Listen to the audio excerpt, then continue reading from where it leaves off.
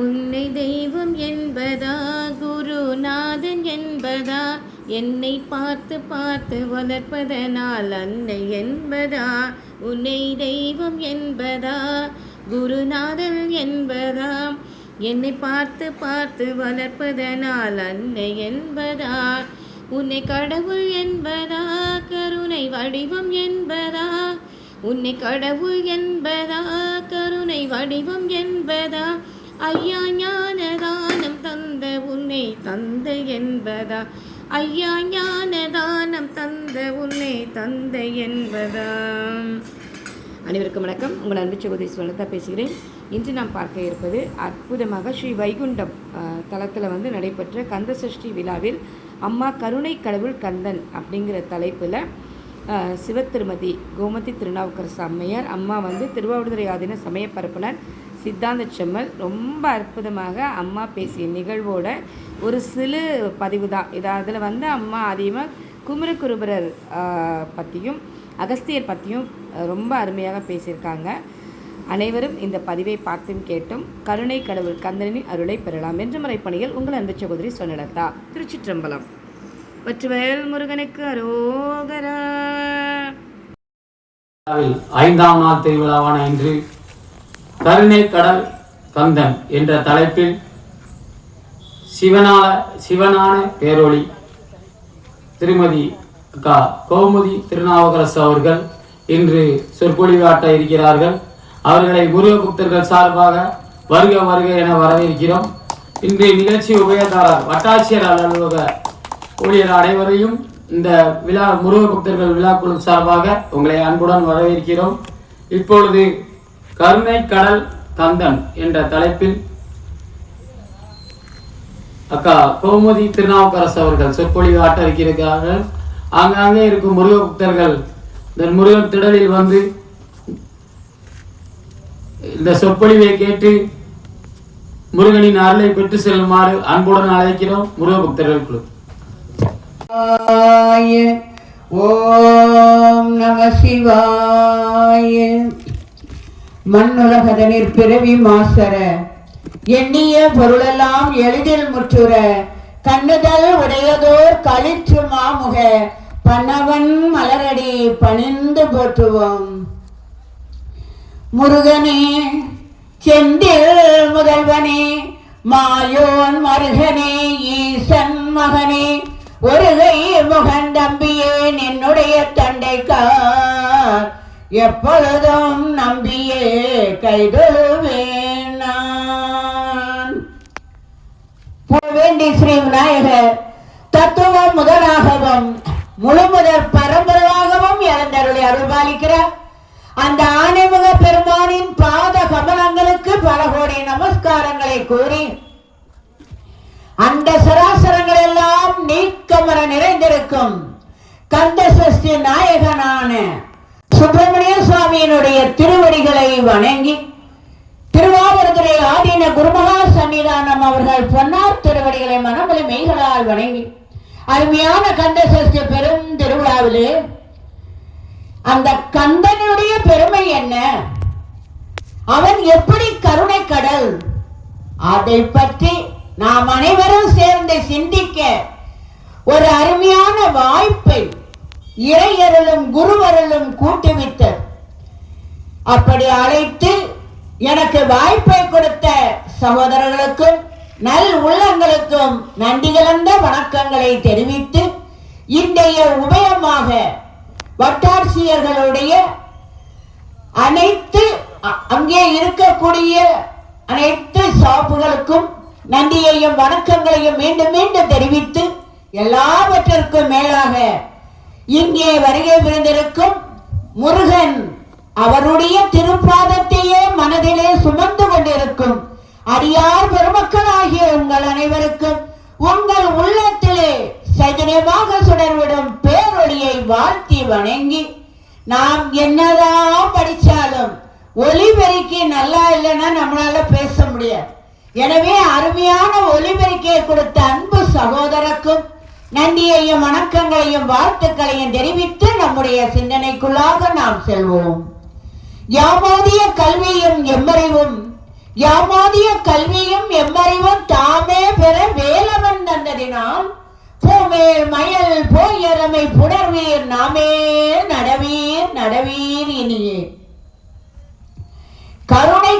கந்தன். இந்த கந்தனுடைய உதித்ததே கருணைக்காகத்தான். ஏன்னா அவரே நம்ம பிறந்தார் அப்படின்னு சொல்றோமானா இல்ல.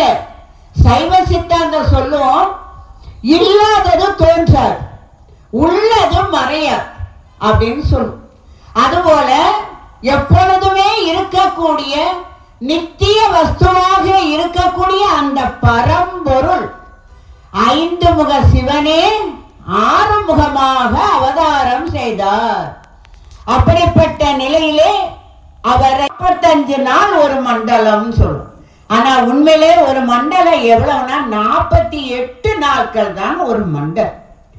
ஏன் அது 48னா 27 நட்சத்திரங்கள், 12 ராசிகள், 9 கிரகங்கள், இதனுடைய கூட்டுத்தொகை 48. இதுக்கு உள்ளாலத்தான் நாம் அனைவரும் இருப்போம்.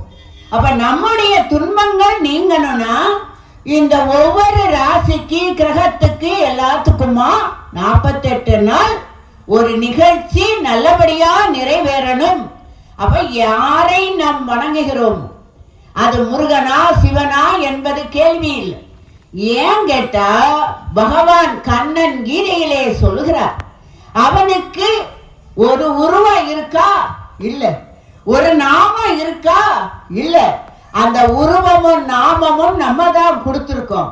கீதையிலே கண்ணன் சொல்கிறார், எவ்வளவு வடிவங்களில் நீ வழிபடுகிறாயோ அந்த வடிவங்களில் நான் காட்சி கொடுப்பேன்.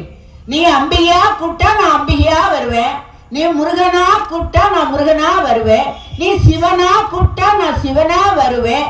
அப்படி எந்த வடிவத்தை நீ வழிபடுகிறாயோ அந்த வடிவத்தில் வந்து அருளை தருவேன் என்று கீதையில் கண்ணன். மாணிக்கவாசகர் சொல்கிறார், ஓர் உருவம் ஓர் நாமம் இல்லாதவனுக்கு 1000 நாமங்கள் பாடி தெல்லேனங்கொட்டாமோன்னு. அப்ப திருவாசகத்துல மாணிக்கவாசகர் பதிவு செய்கிறார், அங்கெங்கெனாதபடி எங்கும் பிரகாசமாய் ஆனந்த மூர்த்தியாகி அருளோடு நினைக்கக்கூடிய பரம்பொருள் ஒருவன். அவன் பல நாமங்களை கொண்டு வருகிறான். எப்படின்னா நம்ம இன்னைக்கு நகை போடுறோம்னா அதனுடைய அடிப்படை என்ன? தங்கம். அந்த தங்கத்தை தான் ஆபரணமா செய்து வளையல்னு சொல்லுதோம், கம்மல்னு சொல்லுதோம், மோதிரம்னு சொல்லுதோம், செயின்னு சொல்லுதோம், பேர் வச்சுக்கிறோம். ஆனா அடிப்படையில என்ன இருக்கு? தங்கம் இருக்கு. அது போலத்தான் நம்முடைய இறைவனும் பரம்பொருள் ஒருவனே. நம்மள திருமூலர் சொல்கிறார், ஒன்றே குலம் ஒருவனே தேவன். அந்த தேவனுக்கு நாம் விரும்பிய வடிவத்தை வைத்து வழிபடுகிறோம். சிலரை பார்த்தோன்னா எடுத்தோம்னா சிவா சிவ சிவா அப்படின்னு சொல்லுவோம், சிவ முருகா. அவங்க அவங்களுக்கு பிடித்த வடிவத்தில் வழிபட வேண்டும் என்று நமக்காக இறைவன் பல வடிவங்களை எடுத்து, அப்படிப்பட்ட செந்திலம்பதியில 48 நாள் ஒரு மாற்றமும் தெரியலையப்பா. நீ எப்ப பேசும் மாற்றலை அவருடைய நாவிலே பிரணவத்தை எழுதுகிறார். குழந்தை பேசல, பாடவே ஆரம்பித்த. அப்படி அந்த குழந்தை பாடியதுதான் கந்தர் கலி வெண்பா. அந்த கந்தர் கலி வெண்பாவை கொடுத்த அந்த குமர குருபவர் அவதாரம் செய்த புண்ணிய ஸ்தலத்திலே அவருடைய பெருமையை நாம் இங்கே சிந்திப்பதையே பெரும் வாய்ப்பாக, எத்தனையோ ஜென்மங்களில் நாம் செய்த புண்ணிய பலன் அவரை இங்கே சிந்திக்கக்கூடிய பாக்கியத்தை அந்த நதிக்கரையிலே அமர்ந்து அருளாட்சி புரியும் முருகன் கொடுத்துள்ளார் என்றால் என்னே கந்தனுடைய கருணை. அதன் பிறகாக அவர் மதுரை என்பது செல்கிறார். அங்கே மீனாட்சி தாயின் அருட்கண்ணோடு நோக்கிறார். அவளை பார்த்தவுடன் மீனாட்சி பிள்ளை தமிழை எழுத ஆரம்பித்தார். அந்த பிள்ளை தமிழை எழுதி அதை பாடுகிறார். மன்னன் சொல்கிறார், அந்த பிள்ளை தமிழை அரங்கேற்றம் செய்யலாமே அப்படின்னு கோயில உட்கார்ந்து அரங்கேற்றம் செய்யறாங்க. மீனாட்சி அம்மா தொடுக்கும் கடவுள் பழம் பாடல் என்ற அந்த ஒரு பாடலை பாடுகின்ற பொழுதே சின்ன குழந்தையாக ஓடோடி வந்து அங்கே இருந்த மன்னனுடைய மடியிலே அமர்ந்து கொண்டார். அவர் பார்க்கிறார், ஏதோ குழந்தை தாளம் போட்டு ரசிச்சிட்டு இருக்கு. சரி பாப்பா இருக்கட்டும் அப்படின்னு மடியில வச்சிருந்த. பாட்டு 10 பாட்டும் முடிந்து குழந்தை எழும்பி செல்லும் போது கழுத்திலே கிடந்த முத்து மாலையை எடுத்து குமரகுருவருடைய கழுத்துல போட்டுட்டு போயிடுச்சு. இரவு அர்ச்சகர் வருகிறார், திருக்கதவை திறந்து பார்க்கிறார். அப்பொழுது அம்பிகையினுடைய கழுத்துல முத்து மாலையை காணும். அப்பதான் நினைச்சார், இந்த முத்து மாலையை காணல ராஜான்னு. ராஜா சொன்னார், ஒரு குழந்தை வந்து முத்து மாலைய பாடுன அவர் கழுத்துல போட்டது. அப்ப குழந்தையாக வந்தது குழந்தை இல்ல, சாட்சாத் மீனாட்சி தாயே வந்து அவருக்கு அருளை கொடுக்கிறார். அவ நினைச்சானா, என் கருணை கடலான செந்தில் அவருடைய கருணையால் பாடிய அந்த குழந்தை இங்கே பிள்ளைத்தமிழே பாடி உள்ளதே என்று அவர் மகிழ்கிறார். அவர்தான் காசிக்கு செல்கிறார். அங்கே இருக்கக்கூடிய அருளாளர்களை எல்லாம் திரட்டி காசி விஸ்வநாதர் திருக்கோயிலை வாங்கி அங்கே மடாலயம் கட்டி அங்கே இருக்கிறார். அவ்வளவு வலிமை உள்ளவர், அவ்வளவு பெருமை உள்ளவர். அவரை பாடல்களை பாடியவர் இறைவனிடம் கேட்டார், ஒரு குரு இருந்தால்தானே நான் வாழ்க்கையில் முன்னேற முடியும், எனக்கு ஒரு குரு வேண்டுமே என்று கேட்க, எங்கே உன்னுடைய குரல் தடுமாற்றம் ஏற்படுகிறதோ அந்த இடம்தான் உன்னுடைய குரு சன்னிதானம் என்று முருகன் சொல்லுகிறார். அவர் நேராக செல்கிறார். தருமை ஆதீனத்திற்கு வந்தார். தருமை ஆதீனத்துக்கு வந்த பொழுது அவருடைய பாடல் குரல் தடுமாறிய உடனே நினைத்தார், முருகன் கூறிய மாதிரி இந்த ஆதீனத்தில் இருக்கும் சன்னிதானம் நம்முடைய குரு என்று ஏற்றுக்கொண்டார். அதன் பிறகு அவரே நம் அனைவருக்கும் குருவானார் என்றால் அவருடைய அருள் என்ன? பெற்றோர்கள் இட்ட பெயர் குமரன் என, செந்தில் குமரனுடைய கருணையால் கிடைத்த குழந்தை என்று அவர்கள் அவருக்கு அப்படி பெயரை வைத்தார். ஆனால் குமரகுருபரர் என்று யார் பெயரை வைத்தார் என்றால், செந்திலம்பதியிலே இருக்கக்கூடிய அந்த குமர கடவுளே, குமரா இங்கே வா குருபரா என்று அழைத்து குமரகுருபரர் என்ற பெயரை பெற்று இன்று இந்த இடத்தில் நம் அனைவருக்கும் அருளை கொடுத்து கொண்டு இருக்கிறார் என்றால் இது கந்தனுடைய கருணை அல்லவா? அவனுடைய கருணையை நம்ம எடுத்து சொல்லவும் முடியுமா?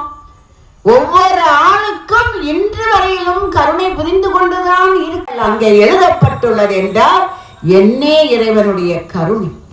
அடுத்ததாக அகஸ்தியமா முனிவர். அகஸ்தியமா முனிவருக்கு தமிழை போதித்த தமிழ் கடவுள் அவர். ஏன்னா ஞான பண்டிதர். அவர்கிட்ட போய் நம்ம நின்று ஒரு பாடலை பாடினால் ஓடோடி இறங்கி வந்து அருளை தருவான். சிவபெருமான போய் அவன் இவன் நம்ம சொல்ல முடியுமா? சொல்ல முடியும். ஆனா முருகனை சொல்லுவோம், இந்த முருகன் அவன் என்ன எங்களை பார்க்கவே மாட்டேங்கானே அப்படி இப்படியெல்லாம் நம்ம கேட்போம். அப்படிப்பட்டவர் அவருடைய பெரிய வாழ்க சீர் அடியார் எல்லாம், வாழ்க சீர் அடியார் எல்லாம், வாழ்க முருக அன்பர்கள் என்று வாழ்த்தி நல்ல ஒரு சிந்தனைக்கு வாய்ப்பு கொடுத்ததற்கு மீண்டும் மீண்டும் நன்றி சொல்கிறேன். உருவாய் அருவாய் உலகாய் இலதாய் மறுவாய் மலராய் மணியாய் ஒளியாய் கருவாய் உயிராய் கதியாய் விதியாய் குருவாய் வருவாய் அருள்வாய் குகனே, குருவாய் வருவாய் அருள்வாய் குகனே, குகனே குகனே. வெற்றிவேல் முருகனுக்கு, வீரவேல் முருகனுக்கு அரோகரா, வேல் முருகனுக்கு அரோகரா, வேல் முருகனுக்கு அரோகரா, பண்டிதனுக்கு அரோகரா, நாதனுக்கு அரோகரா, நாதனுக்கு அரோகரா, நாதனுக்கு அரோகரா, சுப்பிரமணிய சுவாமிக்கு அரோகரா, சுப்பிரமணிய சுவாமிக்கு அரோகரா, சுப்பிரமணிய சுவாமிக்கு அரோகரா. திருச்சிற்றம்பலம்.